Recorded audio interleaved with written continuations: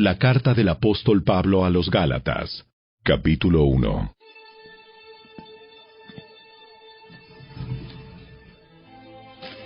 Les escribo, yo, el apóstol Pablo. No fui nombrado apóstol por ningún grupo de personas, ni por ninguna autoridad humana, sino por Jesucristo mismo, y por Dios Padre, quien levantó a Jesús de los muertos. Todos los hermanos de este lugar se unen a mí para enviar esta carta que escribo a las iglesias de Galacia.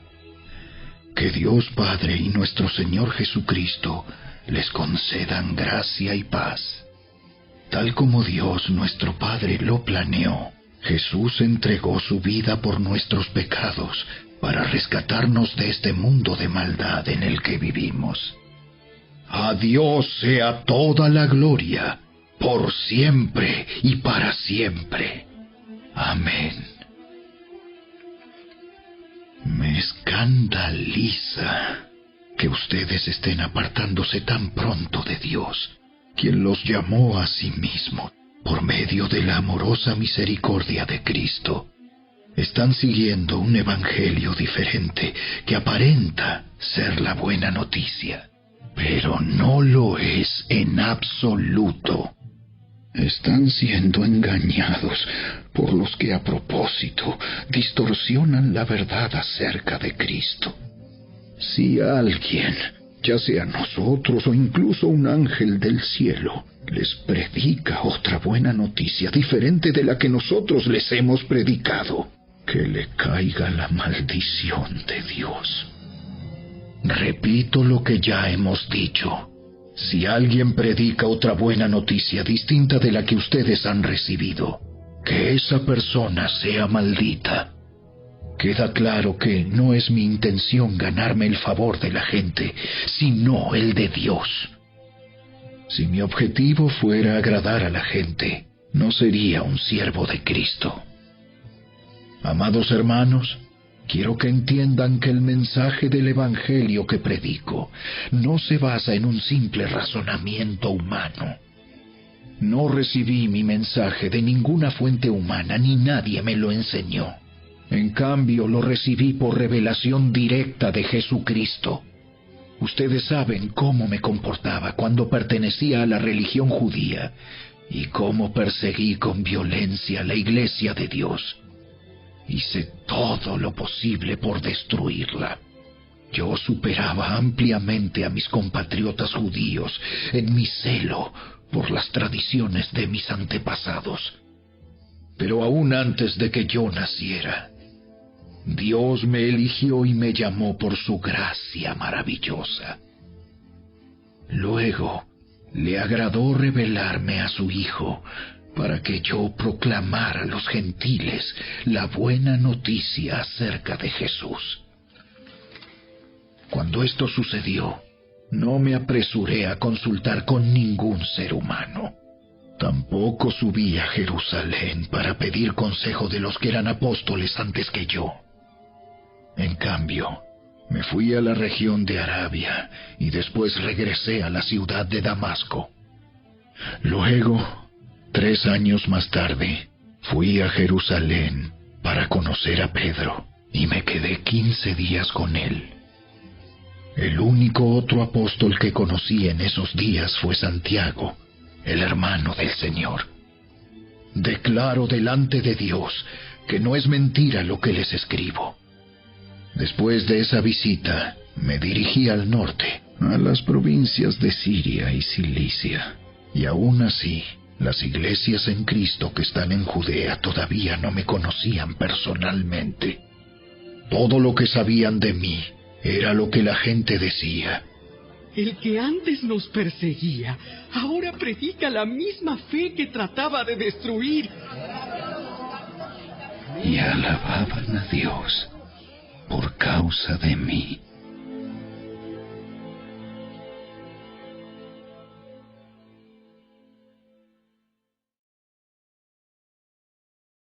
Capítulo 2.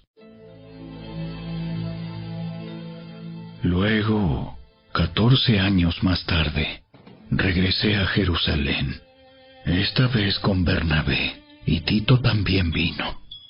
Fui a Jerusalén porque Dios me reveló que debía hacerlo. Durante mi tiempo allí, me reuní en privado con los que eran reconocidos como los dirigentes de la iglesia y les presenté el mensaje que predico a los gentiles. Quería asegurarme de que estábamos de acuerdo, porque temía que todos mis esfuerzos hubieran sido inútiles y que estaba corriendo la carrera en vano. Sin embargo, ellos me respaldaron y ni siquiera exigieron que mi compañero Tito se circuncidara, a pesar de que era griego. Incluso esa cuestión surgió solo a causa de unos supuestos creyentes, en realidad falsos, que se habían infiltrado entre nosotros. Se metieron en secreto para espiarnos y privarnos de la libertad que tenemos en Cristo Jesús, pues querían esclavizarnos y obligarnos a seguir los reglamentos judíos. Pero no nos doblegamos ante ellos, ni por un solo instante. Queríamos preservar la verdad del mensaje del Evangelio para ustedes. Los líderes de la iglesia no tenían nada que agregar a lo que yo predicaba. Dicho sea de paso, su fama de grandes líderes a mí no me afectó para nada, porque Dios no tiene favoritos. Al contrario, ellos comprendieron que Dios me había dado la responsabilidad de predicar el Evangelio a los gentiles, tal como le había dado a Pedro la responsabilidad de predicar a los judíos. Pues el mismo Dios que actuaba por medio de Pedro, apóstol a los judíos, también actuaba por medio de mí, apóstol a los gentiles. De hecho, Santiago, Pedro y Juan, quienes eran considerados pilares de la iglesia, reconocieron el don que Dios me había dado y nos aceptaron a Bernabé y a mí como sus colegas. Nos animaron a seguir predicando a los gentiles mientras ellos continuaban su tarea con los judíos. La única sugerencia que hicieron fue que siguiéramos ayudando a los pobres, algo que yo siempre tengo deseos de hacer. Pero cuando Pedro llegó a Antioquía, tuve que enfrentarlo cara a cara, porque él estaba muy equivocado en lo que hacía. Cuando llegó por primera vez, Pedro comía con los creyentes gentiles, quienes no estaban circuncidados. Pero después, cuando llegaron algunos amigos de Santiago, Pedro no quiso comer más con esos gentiles. Tenía miedo a la crítica de los que insistían en la necesidad de la circuncisión. Como resultado, otros creyentes judíos imitaron la hipocresía de Pedro. E incluso Bernabé se dejó llevar por esa hipocresía. Cuando vi que ellos no seguían la verdad del mensaje del Evangelio, le dije a Pedro delante de todos los demás: si tú, que eres judío de nacimiento, dejaste a un lado las leyes judías y vives como un gentil, ¿por qué ahora tratas de obligar a estos gentiles a seguir las tradiciones judías? Tú y yo somos judíos de nacimiento. No somos pecadores, como los gentiles. Sin embargo, sabemos que una persona es declarada justa ante Dios por la fe en Jesucristo y no por la obediencia a la ley. Y nosotros hemos creído en Cristo Jesús para poder ser declarados justos ante Dios por causa de nuestra fe en Cristo, y no porque hayamos obedecido la ley. Pues nadie jamás será declarado justo ante Dios mediante la obediencia a la ley. Pero supongamos que intentamos ser declarados justos ante Dios por medio de la fe en Cristo, y luego se nos declara culpables por haber abandonado la ley. ¿Acaso esto quiere decir que Cristo nos ha llevado al pecado? Por supuesto que no. Más bien, soy un pecador si vuelvo a construir el viejo sistema de la ley que ya eché abajo. Pues cuando intenté obedecer la ley misma me condenó. Así que morí a la ley. Es decir, dejé de intentar cumplir todas sus exigencias a fin de vivir para Dios. Mi antiguo yo ha sido crucificado con Cristo. Ya no vivo yo, sino que Cristo vive en mí. Así que vivo en este cuerpo terrenal, confiando en el Hijo de Dios, quien me amó y se entregó a sí mismo por mí. Yo no tomo la gracia de Dios como algo sin sentido, pues si cumplir la ley pudiera hacernos justos ante Dios, entonces no habría sido necesario que Cristo muriera.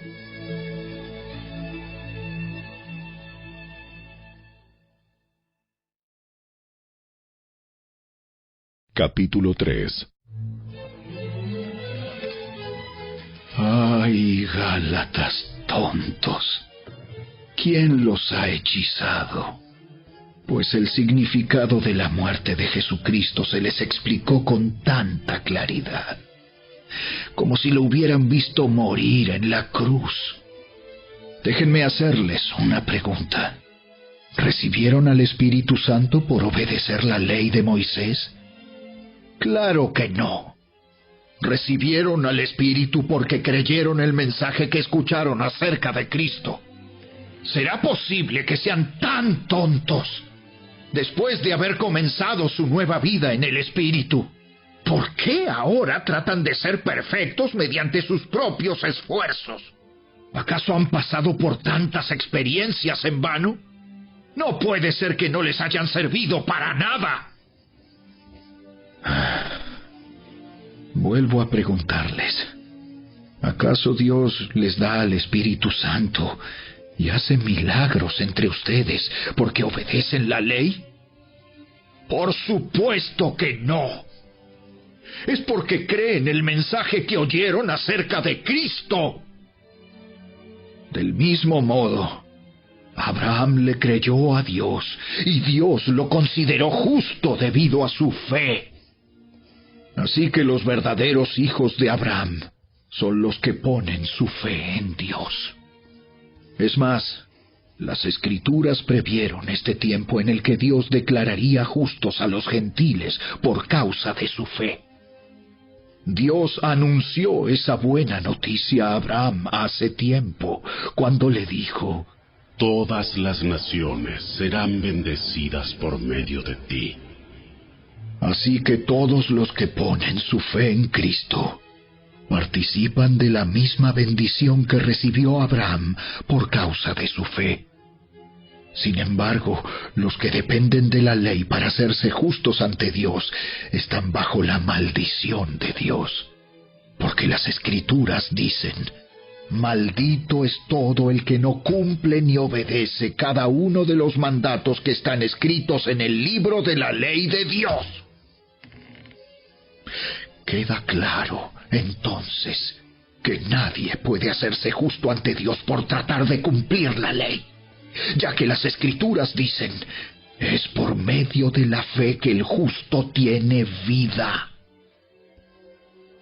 El camino de la fe es muy diferente del camino de la ley, que dice: es mediante la obediencia a la ley que una persona tiene vida. Pero Cristo nos ha rescatado de la maldición dictada en la ley. Cuando fue colgado en la cruz, cargó sobre sí la maldición de nuestras fechorías. Pues está escrito: maldito todo el que es colgado en un madero. Mediante Cristo Jesús, Dios bendijo a los gentiles con la misma bendición que le prometió a Abraham, a fin de que los creyentes pudiéramos recibir por medio de la fe al Espíritu Santo prometido.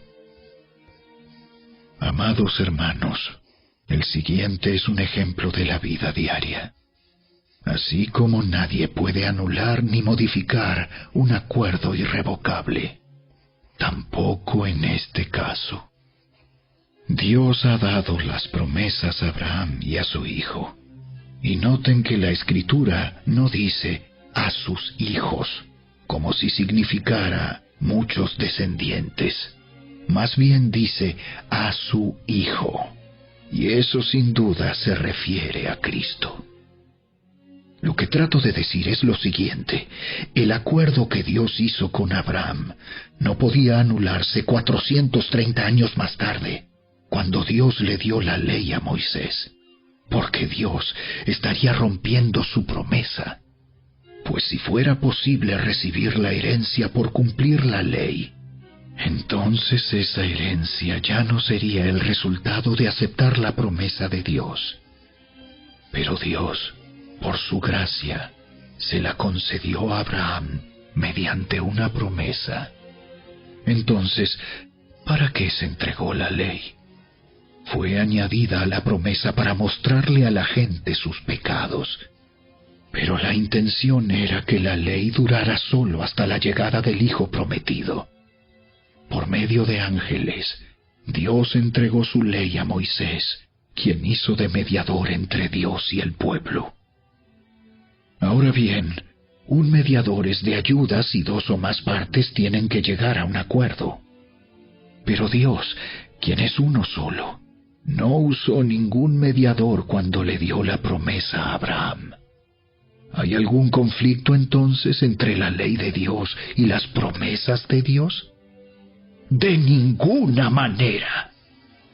Si la ley pudiera darnos vida nueva, nosotros podríamos hacernos justos ante Dios por obedecerla.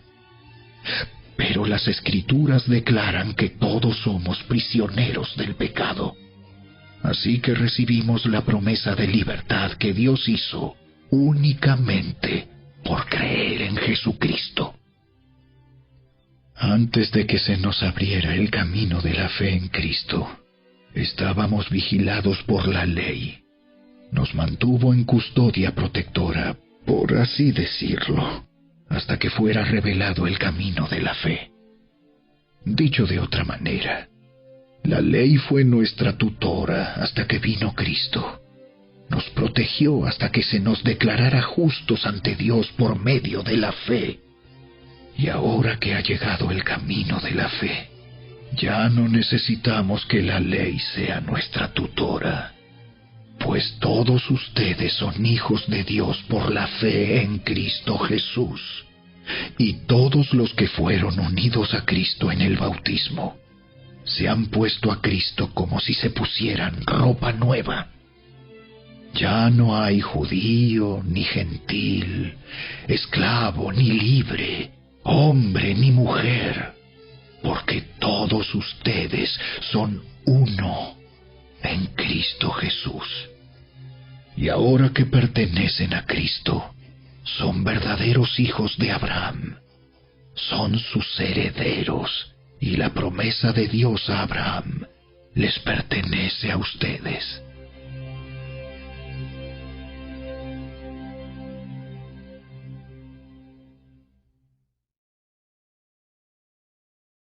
Capítulo 4. Piénsenlo de la siguiente manera. Si un padre muere y deja una herencia a sus hijos pequeños, esos niños no están en mejor situación que los esclavos hasta que se hagan mayores de edad, aunque son los verdaderos dueños de todas las posesiones de su padre. Tienen que obedecer a sus tutores hasta que cumplan la edad establecida por su padre. Eso mismo sucedía con nosotros antes de que viniera Cristo. Éramos como niños. Éramos esclavos de los principios espirituales básicos de este mundo. Sin embargo, cuando se cumplió el tiempo establecido, Dios envió a su Hijo, nacido de una mujer y sujeto a la ley. Dios lo envió para que comprara la libertad de los que éramos esclavos de la ley, a fin de poder adoptarnos como sus propios hijos. Y debido a que somos sus hijos, Dios envió al Espíritu de su Hijo a nuestro corazón, el cual nos impulsa a exclamar: Abba, Padre. Ahora ya no eres un esclavo, sino un hijo de Dios. Y como eres su hijo, Dios te ha hecho su heredero. Antes de conocer a Dios, ustedes los gentiles eran esclavos de los llamados dioses que ni siquiera existen. Así que ahora que conocen a Dios, o mejor dicho, ahora que Dios los conoce a ustedes, ¿Por qué quieren retroceder y convertirse otra vez en esclavos de los débiles e inútiles principios espirituales de este mundo? Pretenden ganarse el favor de Dios al cumplir con ciertos días o meses, estaciones o años. Temo por ustedes. Quizá todo el arduo trabajo que hice entre ustedes fue en vano. Amados hermanos, les ruego que vivan como yo, libres de esas cosas. Pues yo llegué a ser como ustedes, los gentiles, libre de esas leyes. Ustedes no me trataron mal cuando les prediqué por primera vez. Sin duda, recordarán que yo estaba enfermo la primera vez que les llevé la buena noticia. Aunque mi condición los tentaba a no aceptarme, ustedes no me despreciaron ni me rechazaron. Todo lo contrario, me recibieron y me cuidaron como si yo fuera un ángel de Dios o incluso el mismo Cristo Jesús. ¿Dónde ha ido a parar el espíritu de alegría y de gratitud que antes tenían? Estoy seguro de que ustedes se hubieran arrancado los propios ojos para dármelos de haber sido posible. ¿Acaso ahora me volví su enemigo porque les digo la verdad? Esos falsos maestros están muy ansiosos de ganarse el favor de ustedes, pero sus intenciones no son nada buenas. Lo que quieren es aislarlos de mí para que ustedes solo les presten atención a ellos. Si alguien quiere hacer cosas buenas por ustedes, no hay ningún problema, pero que lo haga en todo tiempo, no solo cuando estoy con ustedes. Oh, mis hijos queridos, siento como si volviera a sufrir dolores de parto por ustedes. Y seguirán hasta que Cristo se forme por completo en sus vidas. Desearía estar con ustedes en este momento para poder hablarles en otro tono, pero estando tan lejos, no sé qué más puedo hacer para ayudarlos. Díganme ustedes, los que quieren vivir bajo la ley, ¿saben lo que en realidad dice la ley? Las Escrituras dicen que Abraham tuvo 2 hijos, uno de la mujer esclava y el otro de su esposa, quien había nacido libre. El nacimiento del hijo de la esclava fue el resultado de un intento humano por lograr que se cumpliera la promesa de Dios. Pero el nacimiento del hijo de la libre fue la manera en que Dios cumplió su promesa. Esas 2 mujeres son una ilustración de los 2 pactos de Dios. La primera mujer, Agar, representa el monte Sinaí, donde el pueblo recibió la ley que los hizo esclavos. Y ahora Jerusalén es igual que el monte Sinaí, en Arabia, porque la ciudad y sus hijos viven bajo la esclavitud de la ley. Pero la otra mujer, Sara, representa la Jerusalén celestial. Ella es la mujer libre y es nuestra madre.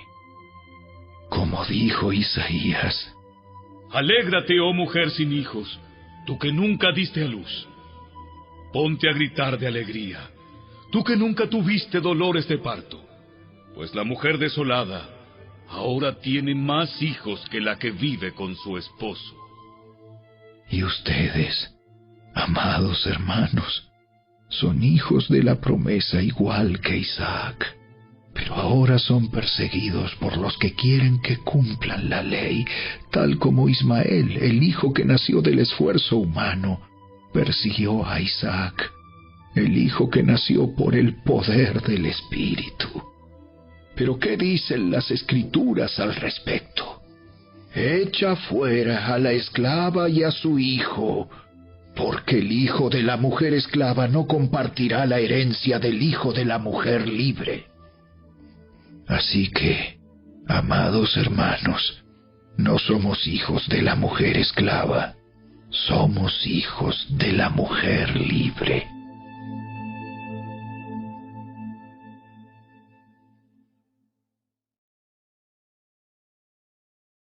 Capítulo 5. Por lo tanto, Cristo en verdad nos ha libertado.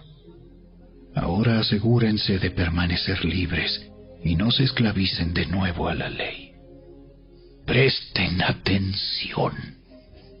Yo, Pablo, les digo lo siguiente. Si dependen de la circuncisión para hacerse justos ante Dios, entonces Cristo no les servirá de nada. Lo repito, si pretenden lograr el favor de Dios mediante la circuncisión, entonces están obligados a obedecer cada una de las ordenanzas de la ley de Moisés. Pues si ustedes pretenden hacerse justos ante Dios por cumplir la ley, han quedado separados de Cristo. Han caído de la gracia de Dios. Sin embargo, los que vivimos por el Espíritu esperamos con anhelo recibir por la fe la justicia que Dios nos ha prometido. Pues una vez que depositamos nuestra fe en Cristo Jesús, de nada sirve estar o no circuncidado. Lo importante es la fe que se expresa por medio del amor. Ustedes corrían muy bien la carrera. ¿Quién les impidió seguir la verdad?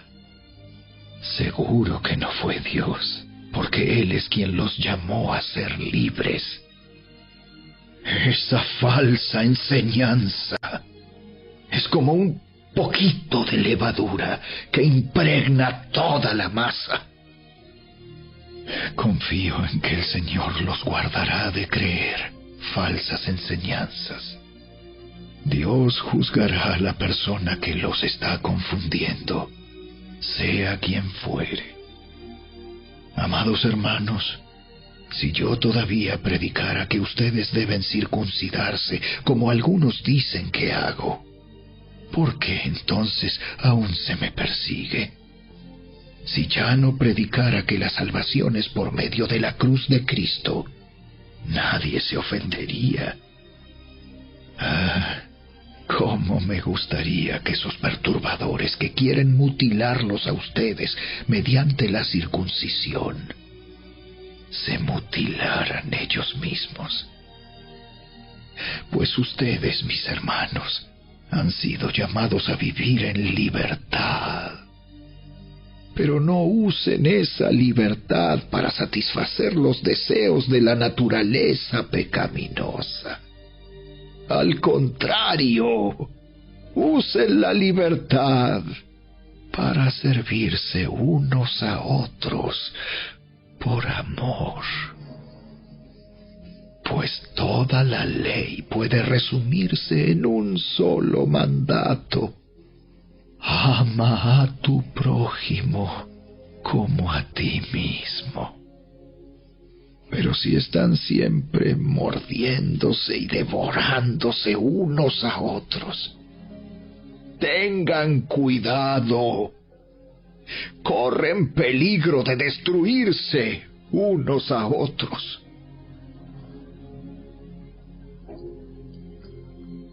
Por eso les digo, dejen que el Espíritu Santo los guíe en la vida. Entonces no se dejarán llevar por los impulsos de la naturaleza pecaminosa. La naturaleza pecaminosa desea hacer el mal, que es precisamente lo contrario de lo que quiere el Espíritu. y el Espíritu nos da deseos que se oponen a lo que desea la naturaleza pecaminosa. Estas dos fuerzas luchan constantemente entre sí. Entonces ustedes no son libres para llevar a cabo sus buenas intenciones. Pero cuando el Espíritu los guía, ya no están obligados a cumplir la ley de Moisés. Cuando ustedes siguen los deseos de la naturaleza pecaminosa, los resultados son más que claros. Inmoralidad sexual, impureza, pasiones sensuales, idolatría, hechicería, hostilidad, peleas, celos, arrebatos de furia, ambición egoísta, discordias, divisiones, envidia, borracheras, fiestas desenfrenadas y otros pecados parecidos. Permítanme repetirles lo que les dije antes. Cualquiera que lleve esa clase de vida no heredará el reino de Dios. En cambio, la clase de fruto que el Espíritu Santo produce en nuestra vida es amor, alegría, paz, paciencia, gentileza, bondad, fidelidad, humildad y control propio. No existen leyes contra esas cosas. Los que pertenecen a Cristo Jesús han clavado en la cruz las pasiones y los deseos de la naturaleza pecaminosa y los han crucificado allí. Ya que vivimos por el Espíritu, sigamos la guía del Espíritu en cada aspecto de nuestra vida. No nos hagamos vanidosos, ni nos provoquemos unos a otros, ni tengamos envidia unos de otros.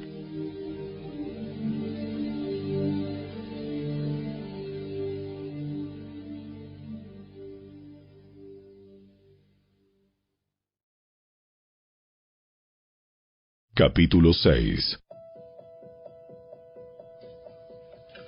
Amados hermanos, si otro creyente está dominado por algún pecado, ustedes, que son espirituales, deberían ayudarlo a volver al camino recto con ternura y humildad. Y tengan mucho cuidado de no caer ustedes en la misma tentación. Ayúdense a llevar los unos las cargas de los otros y obedezcan de esa manera la ley de Cristo. Si te crees demasiado importante para ayudar a alguien, solo te engañas a ti mismo. No eres tan importante.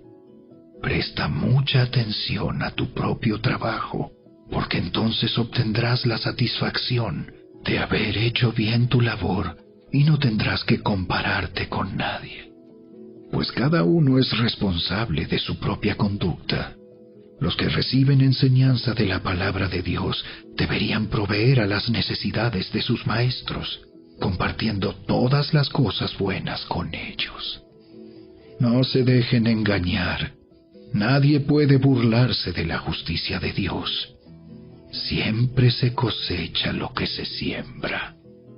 Los que viven solo para satisfacer los deseos de su propia naturaleza pecaminosa cosecharán de esa naturaleza destrucción y muerte.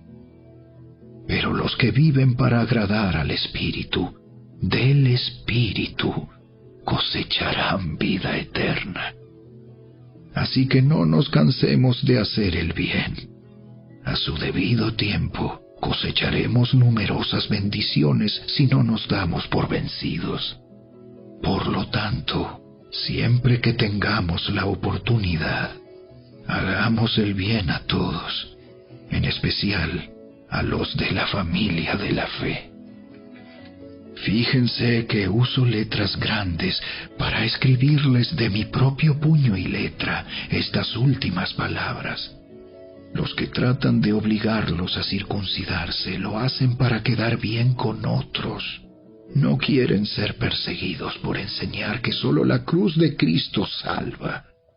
Ni siquiera los que luchan a favor de la circuncisión cumplen toda la ley.